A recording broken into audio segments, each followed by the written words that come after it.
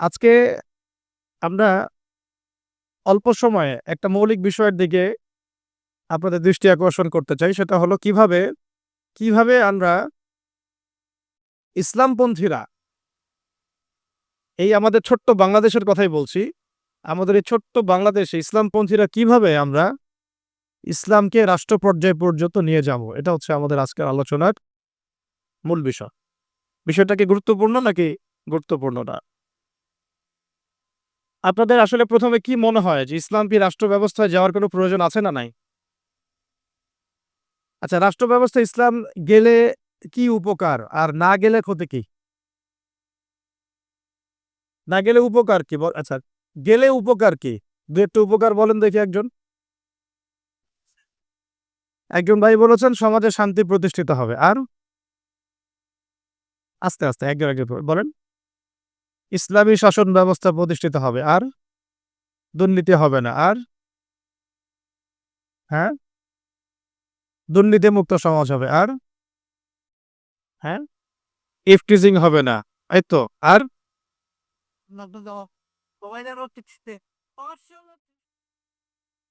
কোন কোরআন হাদিসের বাইরে কোন বিধান থাকবে না। আচ্ছা। সকল ধর্মের অধিকার নিশ্চিত হবে।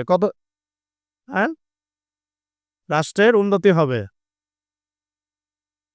নামাজ কায়েম হবে। মাশাআল্লাহ। আর? যাকাত প্রতিষ্ঠিত হবে। ইসলামী সমাজ বিনির্মাণ হবে।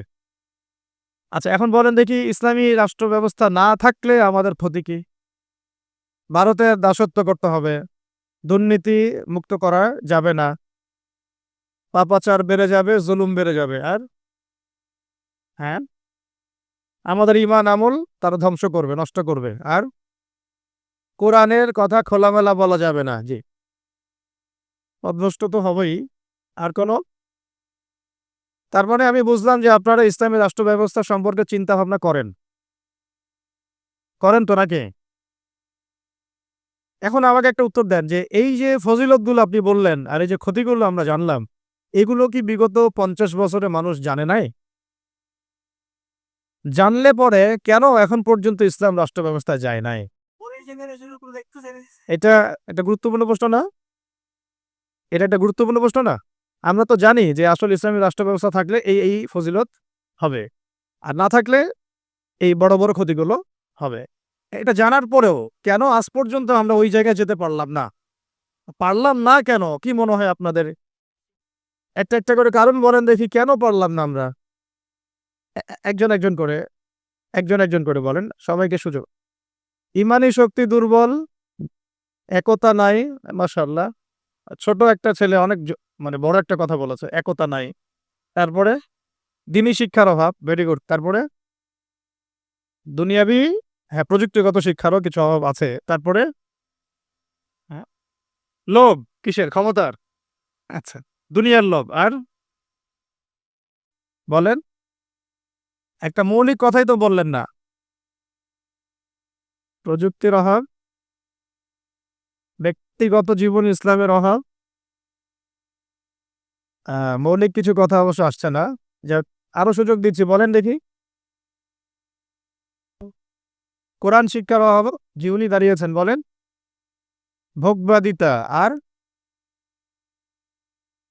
আচ্ছা, অনেক কারণ আছে। যাক, আমি কারণগুলো বলব। আপনাদের কাছ থেকে শুনছি আপনাদের অবজারভেশনটা কেমন? আমাদের যে একজন আদর্শ নেতা নাই এটা তো বললেন না কেন? হ্যাঁ?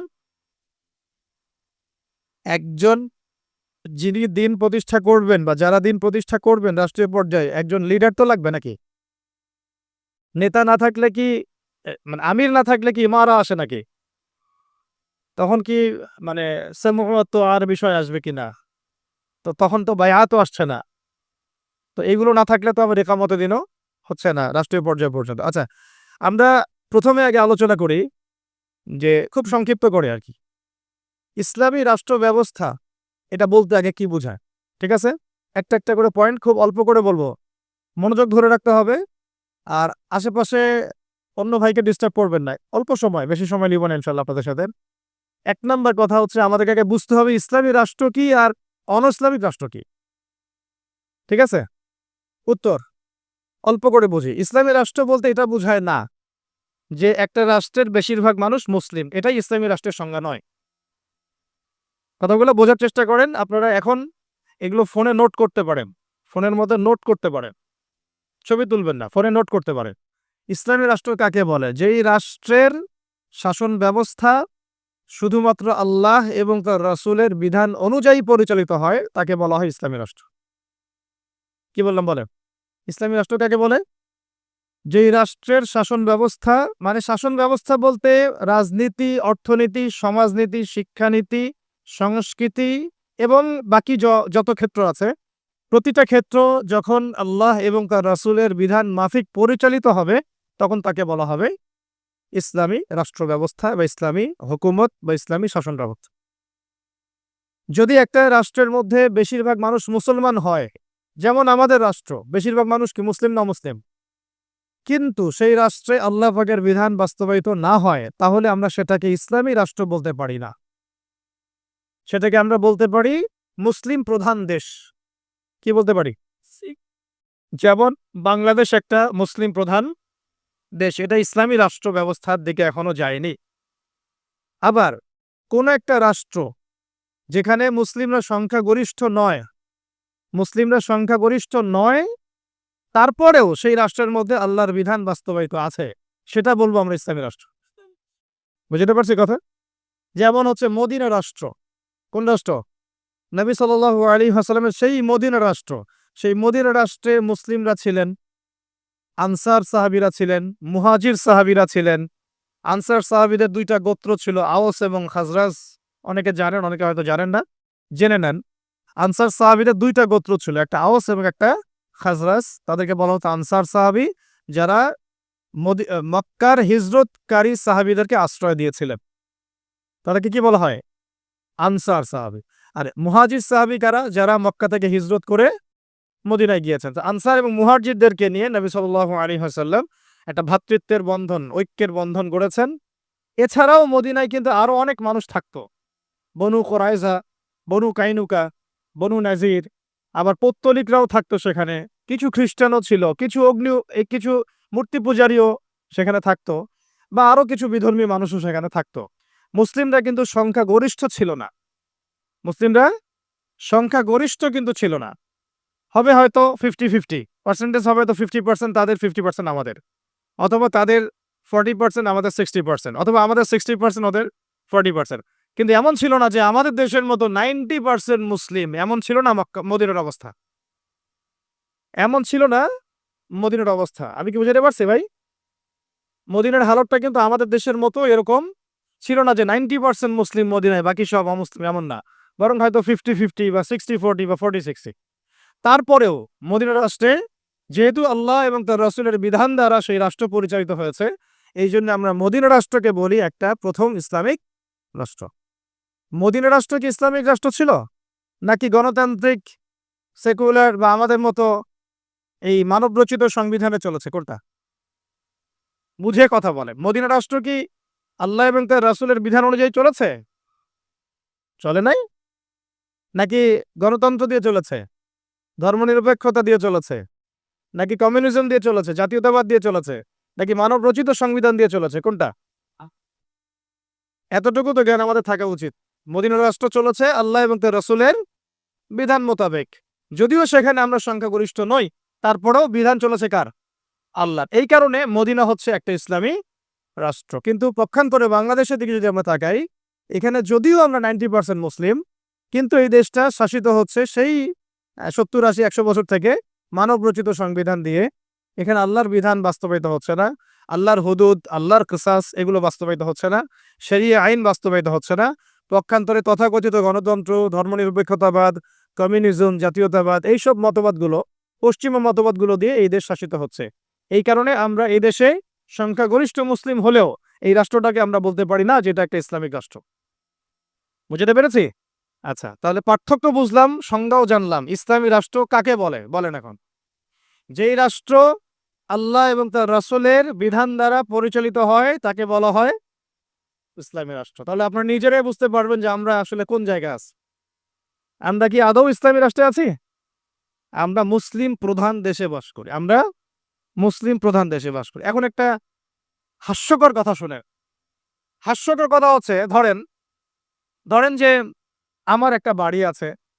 তো এই বাড়িতে আপনাদের সবারই তো বাড়িঘর আছে। তো যার, যার বাড়ি সেখানে তার হুকুম চলে না?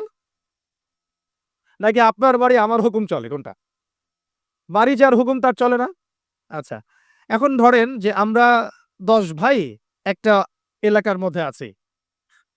এই ১০ ভাইয়ের যে মতবাদ বা আদর্শ বা যে মন্তব্য যেটা মাশওয়ারা রায়, অন্যদের উপরে সেটা প্রাধান্য পাবে না আমার বাসায়? আমি আমার বাসায় ১০ ভাই নিয়ে আছি ধরেন। আমরা সবাই ১০ ভাই, মায়ের পেটের ভাই বা ইমানি ভাই। আর বাকি আছে কিছু অল্প কিছু মানুষ। ২ জন, ৩ জন, ৪ জন। এরা কেউ বিধর্মী, কেউ অন্য আ মতবাদের।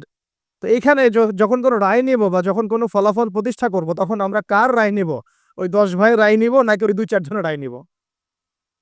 স্বাভাবিকভাবে ওই ১০ ভাইয়ের রায় প্রাধান্য পাবে যেহেতু আমি এখানে সংখ্যাগরিষ্ঠ, তাই তো? এবং আমরা আল্লাহর এবং তার রাসূলের বিধান অনুযায়ী চলছি। তাই আমাদের কাছে তো উৎসটাও অভ্রান্ত সত্যের উৎস। এখানে তো বাতিলের কোনো সংমিশ্রণ নাই। তো এখন বাংলাদেশে 90% মুসলিম থাকার পরেও ৯০ ভাগ মুসলিম থাকার পরেও বাংলাদেশের রাষ্ট্র ব্যবস্থায় কোরআনের বিধান বাস্তবায়িত হয় নাই। বাংলাদেশের রাষ্ট্র ব্যবস্থায় আল্লাহর শরিয়া আইন বাস্তবায়িত হয় নাই। বাংলাদেশের শিক্ষা ব্যবস্থায় ইসলামী শিক্ষাকে বাধ্যতামূলক করা হয় নাই। বাংলাদেশের সংস্কৃতির মধ্যে ইসলামী সংস্কৃতিকে বাধ্যতামূলক করা হয় নাই। বাংলাদেশের অর্থনীতির মধ্যে সুদবিহীন ইসলামী অর্থনীতি বাস্তবায়িত করা হয় নাই। বাংলাদেশের রাজনীতির মধ্যে ইসলামী কোরআন এবং সুন্নাহ ভিত্তিক ইসলামিক যে রাজনীতি, নবী সাল্লাল্লাহু আলাইহি ওয়াসাল্লামের যে রাজনীতি, এটাকে বাধ্যতামূলক করা হয় নাই। ব্যাপারটা হাস্যকর না? আমার ঘর, আমার জমিন, আমার দেশ, আমার মাটি, আমরাই সংখ্যাগরিষ্ঠ আর আমাদের ধর্মেই এখানে উপেক্ষিত। কি বুঝতে পারছেন না? ঘর আমার, বাড়ি আমার, এলাকা আমার, আমরা মুসলিম, সংখ্যাগরিষ্ঠ আমরা। তারপরেও আমাদের দেশে আল্লাহ এবং তার রাসূলের আইন বাস্তবায়িত হয় নাই। সংবিধানের মধ্যে ইসলাম স্থান পায় নাই। রাষ্ট্রধর্ম ইসলাম হবে কিনা ভোটাভুটি করতে হয়। সংবিধানে বিসমিল্লাহ থাকবে কিনা ভোটাভুটি করতে হয়। সুবহানাল্লাহ, আস্তাগফিরুল্লাহ, লা হাওলা ওয়ালা কুওয়াতা ইল্লা বিল্লাহিল আলিয়্যিল আযীম। তাহলে দেখেন, চিন্তা করেন কত বড় ধোঁকাবাজি, কত বড় প্রতারণা আমাদের সাথে। ৯০ ভাগ মুসলিম আমি, তাহলে তো আমার কথা এখানে দাপটের সাথে মানতে হবে। নাকি? কথা তো খুব সিম্পল। আমার জায়গা, আমার জমি, আমার দেশ, আমার বাড়ি, আমার জাতি, আমরা মুসলিম, তাও আবার সংখ্যাগরিষ্ঠ। তারপরেও আমরা দাসত্ব করতেছি। তারপরেও রাজনৈতিক ক্ষেত্রে আমরা দাসত্ব করতেছি তথাকথিত গণতন্ত্রের, আব্রাহাম লিঙ্কন যে ধর্মের প্রবক্তা আরকি। তারপরে কমিউনিজমের, তারপরে সেকুলারিজমের, ধর্মনিরপেক্ষতাবাদের, জাতীয়তাবাদের এইসবের দাসত্ব করতেছি আমরা। আমরা আবার অর্থনৈতিক জীবনে এসে সুদের দাসত্ব করতেছি। নাউযুবিল্লাহ। আমরা আবার শিক্ষা ক্ষেত্রে এসে সেকুলার শিক্ষা ব্যবস্থার দাসত্ব করতেছি। সমাজ ব্যবস্থায় এসে যত রকম কুফরি, শিরক এবং জাহালাত এগুলোর দাসত্ব করতেছি। আমরা আবার ব্যক্তি জীবনে এসে দেখা যাচ্ছে ব্যক্তি জীবনে এসে কেউ, কেউ ধর্ম পালন করছি। তাও সেটা মসজিদের ভিতরে হয়তো নামাজ, রোজা, হজ, যাকাত, তাসবিহ, তাহলিল, জিকির, আজগার এইটুকু সীমাবদ্ধ। কিন্তু ইসলামকে যখন আমরা বলছি ইসলাম শিক্ষায় থাকবে, সমাজে থাকবে, সংস্কৃতিতে থাকবে, অর্থনীতিতে থাকবে, রাজনীতিতে থাকবে, তখন তারা আমাদেরকেই আবার বলছে আমরাই জঙ্গি, সন্ত্রাসী, মৌলবাদী। তাহলে কত বড় প্রতারণা আমাদের সাথে করা হচ্ছে বা হয়েছে, এটা কি বুঝতে পারছেন কিনা? সবাই বুঝবেন এই কথাগুলো আমি জানি। যাদের বোঝার তারা বুঝেন। তারা বুঝলেই হবে আরকি। কারণ বাংলাদেশে ইসলামী শাসন ব্যবস্থা গরু ছাগল দিয়ে হবে না। বুঝাতে পারছি কিনা? এটা মানে খুব উঁচু লেভেলের একটা ইবাদত। এই কারণে দেখা যাবে এটা প্রতিষ্ঠিত করার জন্য খুব বুদ্ধিদীপ্ত প্রজন্ম লাগবে আরকি। হ্যাঁ? বুদ্ধিদীপ্ত একটা তরুণ প্রজন্ম লাগবে এবং ওলামায়ে কেরামের সোহবত। ২ টা একসাথে যখন হবে ইনশাআল্লাহ হয়ে যাবে। আচ্ছা। তাহলে ইসলামী রাষ্ট্র ব্যবস্থা কাকে বলে এটা বুঝলেন এবং আমাদের সাথে কি ধোঁকাবাজি হয়েছে এটা বুঝলেন। এখনো দেখেন, এখন যদি আপনারা বলেন যে আমরা সবাই ইসলামী রাষ্ট্র ব্যবস্থা চাই, একটা গণভোটের আয়োজন করা হোক। দেখা যাক কারা, কারা ইসলামের পক্ষে ভোট দেয়। ঠিক আছে? দেখবেন যদি 80% মানুষও ভোট দেয় যে হ্যাঁ, আমরা ইসলামের পক্ষে আছি, আমরা ইসলামী শাসন ব্যবস্থা চাই, আমরা চাই দেশের মধ্যে আল্লাহর বিধান বাস্তবায়িত হোক, ওই যে 20% মানুষ যারা চায় না, ওদের মতটাই প্রাধান্য পাবে এই সিস্টেমের মধ্যে। তারা আমাদের মতকে প্রাধান্য দিবে না। আর যদিও কেউ দিতে চায়, তখন দেখা যাবে ভারত, পশ্চিমা শক্তি এগুলো আমাদের উপর আক্রমণ করে বসবে। তো এই যে একটা ধোঁকাবাজি, এই যে একটা প্রতারণা আমাদের সামনে চলছে, এইখান থেকে জাতিকে বের করতে হবে। কথা হবে একটাই, যে জমিন আল্লাহর, বিধান চলবে। এই জমিন কার? এই জমিন আল্লাহর। আমি আল্লাহর বান্দা, আমি আল্লাহর দিন পালন করি, আমি আল্লাহর রাসূল মুহাম্মদ সাল্লাল্লাহু আলাইহি ওয়াসাল্লামকে অনুসরণ করি। এই জমিনে মুসলিমদের মধ্যে শরিয়া চলবে, বিধান চলবে কার? আল্লাহর। এক সোজা কথা। আর যাদের এটাতে অ্যালার্জি হয়, তারা কোথায় জাহান্নামে গিয়ে মরে মরুক। এইটা নিয়ে আমাদের কোনো আফসোস নাই, আপত্তি নেই। হ্যাঁ, তারা যদি ভালোই ভালোই মেনে নেয় তো আলহামদুলিল্লাহ, না মানলে আমরা দাওয়াতের কাজ তো করতে থাকবোই। আর যদি তারা আমাদের উপর জুলুম করতে আসে, আমরাও প্রতিবাদের ভাষা বেছে নেব ইনশাআল্লাহ। কারণ বিপ্লব বা অভ্যুত্থান কখনো কনফ্লিক্ট ছাড়া হয় না। এর প্রমাণটা আমাদের ছাত্র ভাইরাই দেখাই দিয়েছে। একটা আদর্শকে যদি আপনি রাষ্ট্র পর্যায় পর্যন্ত নিতে চান, সবসময় শুধু দাওয়াতের মেহনত দিয়ে যথেষ্ট হবে না। অনেক সময় প্রতিবাদের ভাষারও প্রয়োজন আছে। এবং প্রতিবাদের ভাষায় কথা বললে যে কাজ হয়, এটা তো জুলাই মাসে প্রমাণ বহন করছে আর কি। বহন করছে না? এখন যারা জুলুম করেছে ছাত্র ভাইদের উপরে, এবং ছাত্র ভাইরা যখন এটাকে প্রতিবাদ করেছে, তার একটা দাবি নিয়ে যখন, এক দফা দাবি নিয়ে যখন রাস্তায় নেমেছে, তখন আমরা কি ছাত্র ভাইদেরকে বলেছিলাম যে ছাত্র ভাইরা জঙ্গি? বুকে হাত দিয়ে বলেন তো, কেউ কি বলেছে এই ছাত্র ভাইরা সন্ত্রাসী, এই ছাত্র ভাইরা উগ্র? বলেছে কেউ? কেউ যদি বলে থাকেও, এই কথাটা কি সঠিক হবে না ভুল? এই কথাটা কি ইনসাফ হবে না জুলুম? বরং এই ছাত্র ভাইরা ছিল মাজলুম। তাদেরকে নির্বিচারে গুলি করে হত্যা করা হয়েছে। এর পরবর্তীতে তারা এই পদক্ষেপ নিয়ে রাস্তায় নেমেছে। প্রথমে তো তারা নামে নাই, নেমেছিল না। তো এখন একটু একটা বিষয় খেয়াল করে দেখেন, গণতান্ত্রিক পদ্ধতিতে এইরকম কনফ্লিক্ট গুলোকে কিন্তু আমরা জঙ্গিবাদ, সন্ত্রাসবাদ এগুলো বলি না। বলি? এই গণতান্ত্রিক পদ্ধতিতে এই ধরনের কনফ্লিক্ট গুলোকে, এই যে কনফ্লিক্ট বুঝেন কিনা, কনফ্লিক্ট মানে এই যে সংঘর্ষগুলা, এগুলোকে কিন্তু আমরা জঙ্গিবাদ, সন্ত্রাসবাদ, মৌলবাদ বলছি না। কিন্তু এই ছাত্র ভাইদের জায়গায় যদি রাস্তায় আমি, আপনি, ওলামায়ে কেরাম থাকতাম, তাহলে আমাদেরকে তারা বলতো এরা মৌলবাদী, জঙ্গি এবং সন্ত্রাস। ধোঁকাবাজি বুঝতে পারছেন? ঠিক এই ঘটনাটাই ঘটেছিল শাপলা চত্বরে। এরকমই ঘটনা। ওই সময় তো ছাত্র ভাইরা আমাদের সাথে এভাবে ছিলেন না। ছিল শুধু ওলামায়ে কেরাম এবং তুল্লাব যারা, তারা ছিলেন। কথা হচ্ছে, তখন কিন্তু আমাদেরকে জাতির সামনে এবং পুরো বিশ্ব মিডিয়া উপস্থাপন করা হলো যে এরা উগ্র, এরা জঙ্গিবাদী, এরা সন্ত্রাসী, তাই না? বহুজনের ঘাড়ে 10টা-20টা করে মামলা ঝুলা দেওয়া হলো। কত ভাইকে শাপলা চত্বরে নির্মমভাবে গুলি করে হত্যা করা হলো। তো এই যে বিষয়গুলো, ইসলামকে কিভাবে তারা সমাজ থেকে সংকীর্ণ করে, এটা আপনাদেরকে বুঝতে হবে। যখন ইসলামের প্রশ্ন আসে, তখন তারা আমাদের উপর এমন জুলুমের স্টিম রোলার চালায়, যেটা আবু জেহেলও করে নাই। কিন্তু গণতান্ত্রিক পদ্ধতিতে যখন তারা কোনো কনফ্লিক্টে যায়, তখন তারা কিন্তু এটাকে জঙ্গিবাদ, সন্ত্রাসবাদ বলছে না। বরং আমরা বলছি ছাত্র ভাইরা সাহসিকতার পরিচয় দিয়েছেন এবং তারা ছিলেন এখানে সবচেয়ে হকপন্থী। তারা হকপন্থী ছিলেন না বিপরীত পক্ষ হকপন্থী ছিল? তো এখন হকের তো বিজয় হলো, এটাও তো দেখলাম। আর বিজয়ের সময় কি তারা শুধু দাওয়াত দিয়েছে? যখন তাদেরকে মেরেছে, তারা কি বলেছে ভাই আর মারিয়েন না, আল্লাহর রাস্তায় আর মারিয়েন না? নাকি তারাও দুই একটা লাঠিসোঁটা নিয়ে প্রতিবাদ করেছে? কোনটা? আর এই প্রতিবাদটাই যদি আবু আদনান করতে যাইতো, তাহলে সমস্যা ছিল। এই প্রতিবাদটাই যদি আমাদের ওলামায়ে কেরাম করতেন, তাহলে সমস্যা ছিল। তারা বের হয়েছে কি নিয়ে? সাউন্ড গ্রেনেড নিয়ে, মেশিন গান নিয়ে, AK-47 নিয়ে শুয়ে শুয়ে গুলি করতেছে আর বলতেছে যে 5টারে মারলাম, 10টারে মারলাম। ভিডিওগুলো দেখেন নাই? এর বিপরীতে ছাত্র ভাইরা কি নিয়ে বেরোছে? লাঠি সোঁটা, ইটপাট খেলেই তো।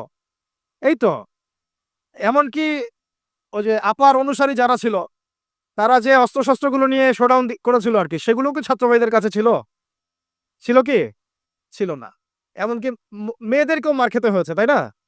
কথা হচ্ছে, এর এর যদি 10% ওলামায়ে কেরাম কেউ করত, তাহলে সারা দুনিয়া জুড়ে একটা ইস্যু তৈরি করা হতো যে বাংলাদেশ একটা মৌলবাদী রাষ্ট্র হয়ে গেছে। আপনাদেরকে বিশ্বের সভ্যতার এই ষড়যন্ত্রগুলো বুঝতে হবে। এই সমস্যাটা শুধু আমাদের আঞ্চলিক সমস্যা না, এটা একটা বৈশ্বিক সমস্যা।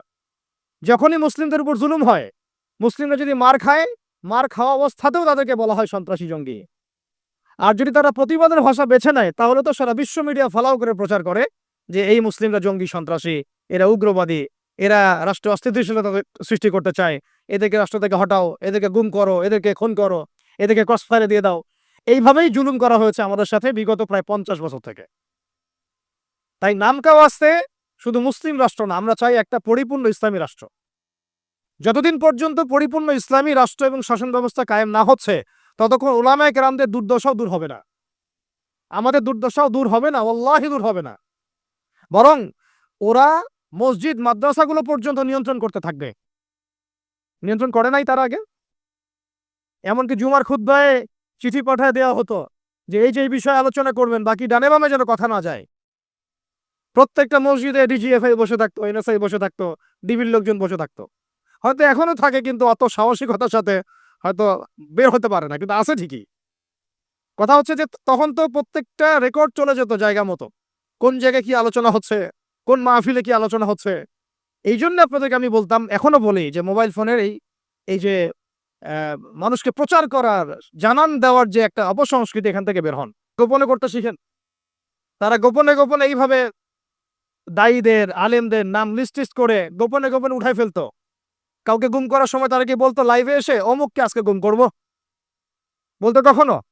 তাহলে আমরা তো দেখা যায় এমন একটা অবস্থা, কোথাও ওয়াজ করতে গেলে আজকে ওয়াজ করে আসলাম 1.5 ঘন্টা, আল্লাহ যেন কাজে বরকত দান করেন, জানাইতেই হবে মানুষকে। আমার না জানানোর পর্যন্ত আমার ইবাদত মনে কবুল হচ্ছে না। এই যে একটা সাইকোলজিক্যাল ডিসঅর্ডার, আমি বলি এটা সাইকোলজিক্যাল ডিসঅর্ডার। মানে আমাদেরকে আরো অনেক স্মার্ট হইতে হবে। এত সহজ না রাষ্ট্র পর্যায় পর্যন্ত ইসলামকে নিয়ে যাওয়া। আমাদের ভিতরে ভিতরে কাজ করতে হবে, গোপনে গোপনে কাজ করতে হবে। নবী সাল্লাল্লাহু আলাইহি ওয়াসাল্লাম প্রথম 3 বছর গোপনে দাওয়াত দিয়েছেন। কত বছর? 3 বছর টানা। কিছু কাজ গোপনে করতে হয়, কিছু কাজ গোপনে করতে হয়। তাহাজ্জুদের কিছু দোয়া গোপনে করতে হয়। ওই গোপন দোয়াতে ওমর রাদিয়াল্লাহু আনহুর মতো মানুষ ইসলাম কবুল করে। ভালো করে বুঝবেন, সবকিছু প্রচার করতে হয় না। হ্যাঁ, প্রচার আমি করব। যেটা প্রচার করার প্রয়োজন, যেটা প্রচার করা দরকার, যেটা প্রচার করলে কাফেরের গায়ে জ্বালা ধরবে, সেগুলো আমরা প্রচার করব। কিন্তু সবকিছু সব জায়গায় প্রচার করতে হয় না, এটা আমাদেরকে বুঝতে হবে। এখন যারা বাংলাদেশকে শাসন করছে এখনো, তারা কি সব পলিসিগুলো সবার সামনে উন্মুক্ত করছে? করছে না। গোপনে গোপনে কি হচ্ছে আল্লাহই ভালো জানে। কি হচ্ছে আমরা তো আঁচ করতে পারি, আজ তো করতে পারছি।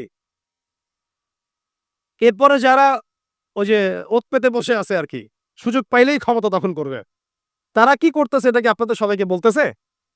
গোপনে গোপনে করছে, মাঠ রেডি করছে তারা।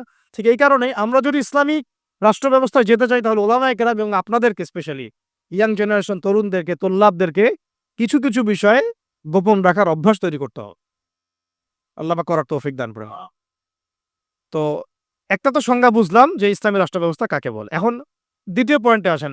ইসলামী রাষ্ট্র ব্যবস্থা নতুন কোন বিষয় নাকি প্রাচীন কোন বিষয়?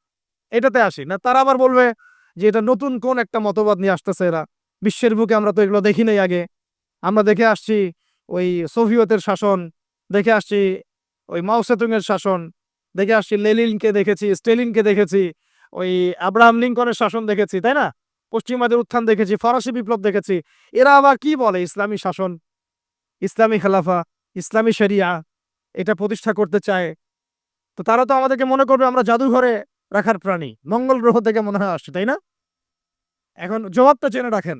জবাব হচ্ছে পৃথিবীর প্রথম মানুষ ছিলেন একজন নবী। বলেন কি বললাম? পৃথিবীর প্রথম মানুষ ছিলেন একজন, কি নাম? আদম আলাইহিস সালাম। তো আদম আলাইহিস সালামকে আল্লাহ পাক কি হিসেবে সৃষ্টি করেছেন? জবাব, খলিফা হিসেবে। কি হিসেবে? ওয়াইজ ক্বালা রাব্বুকা লিল মালাইকা ইন্নী জাইলুন ফিল আরদি খলিফা। স্মরণ করুন হে নবী সেই সময়ের কথা যখন আমি ফেরেশতাদেরকে বলেছিলাম যে আমি পৃথিবীতে আমার খলিফা পাঠাতে চাই। সুবহানাল্লাহ। আমরা দুনিয়াতে কার খলিফা? খলিফা মানে কি সেটাও আমাদের জানা উচিত। ঘুম পাচ্ছে? ঘুম পাচ্ছে কি? একটু জেগে থাকেন। এরকম বহু রাতের পর রাত না ঘুমায় কাটাতে হবে। তারপরে দিন কায়েম হবে। এমন আমার তো মনে হয় বিগত ৩-৪ বছরে আমরা ৪ মাসও টানা রাত্রেবেলা মনে হয় শান্তিতে ঘুমাই নাই এখন পর্যন্ত। ঠিক আছে? ঘুম কমাতে হবে, পরিশ্রম বাড়াতে হবে, মেহনত বাড়াতে হবে, খাওয়া কমাতে হবে।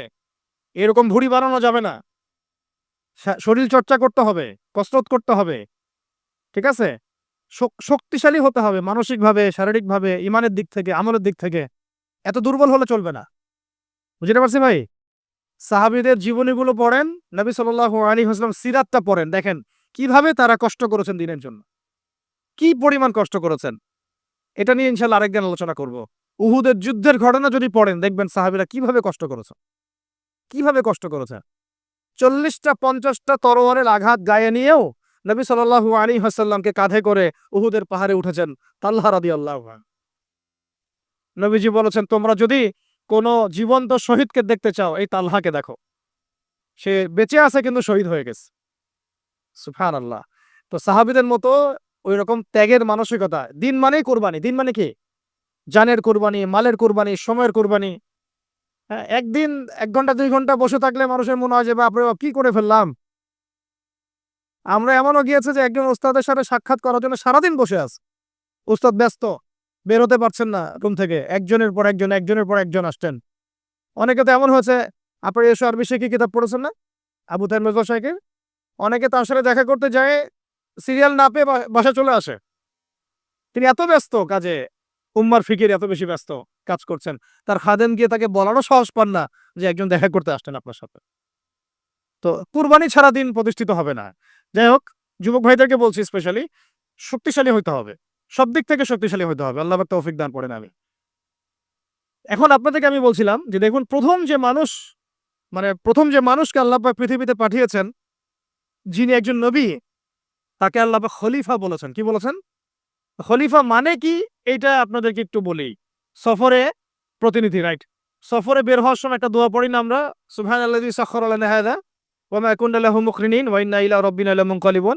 এই দোয়াটার একটা অংশে আছে আল্লাহুম্মা আনতা সাহিবু ফিস সাফারি। আল্লাহ, এই সফরে তুমি আমার সাথী, আমার সাহেব।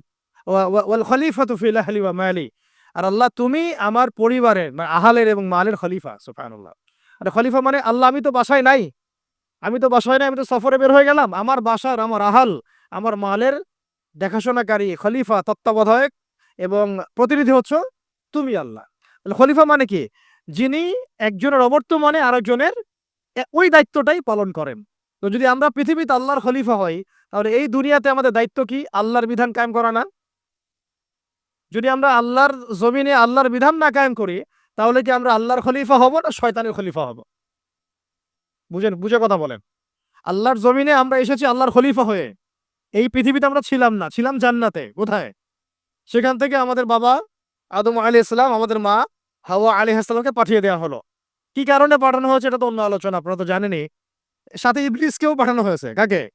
ইবলিসকে। এই কনফ্লিক্ট চলছে, কিয়ামত পর্যন্ত চলবে। আর মানুষের হায়াত অল্প, ইবলিসের হায়াত আবার কিয়ামত পর্যন্ত, তাই না? তো এখন তার মিশন হচ্ছে মানুষকে সে জাহান্নামে নিয়ে যাবে। আর আদম আলাইহিস সালাম, হাওয়া আলাইহিস সালাম যখন পৃথিবীতে এসেছেন, তখন থেকে নিয়ে এই জমিনে আল্লাহ পাকের খলিফা কারা ছিলেন? আমাদের পিতা, আমাদের মাতা নন? তারপরে তার সন্তান, তার সন্ততি নন? এখন যদি আমরা আল্লাহর জমিনে এসে আল্লাহর বিধান বাস্তবায়ন না করি, তাহলে কি আমরা আল্লাহর খলিফা হতে পারবো না শয়তানের খলিফা হব? কেউ যদি আল্লাহর জমিনে আল্লাহর নাজ নেয়ামত ভোগ করে শয়তানের দাসত্ব করে, শয়তানের বিধান বাস্তবায়ন করে, সে কি আদৌ আল্লাহর খলিফা না শয়তানের খলিফা?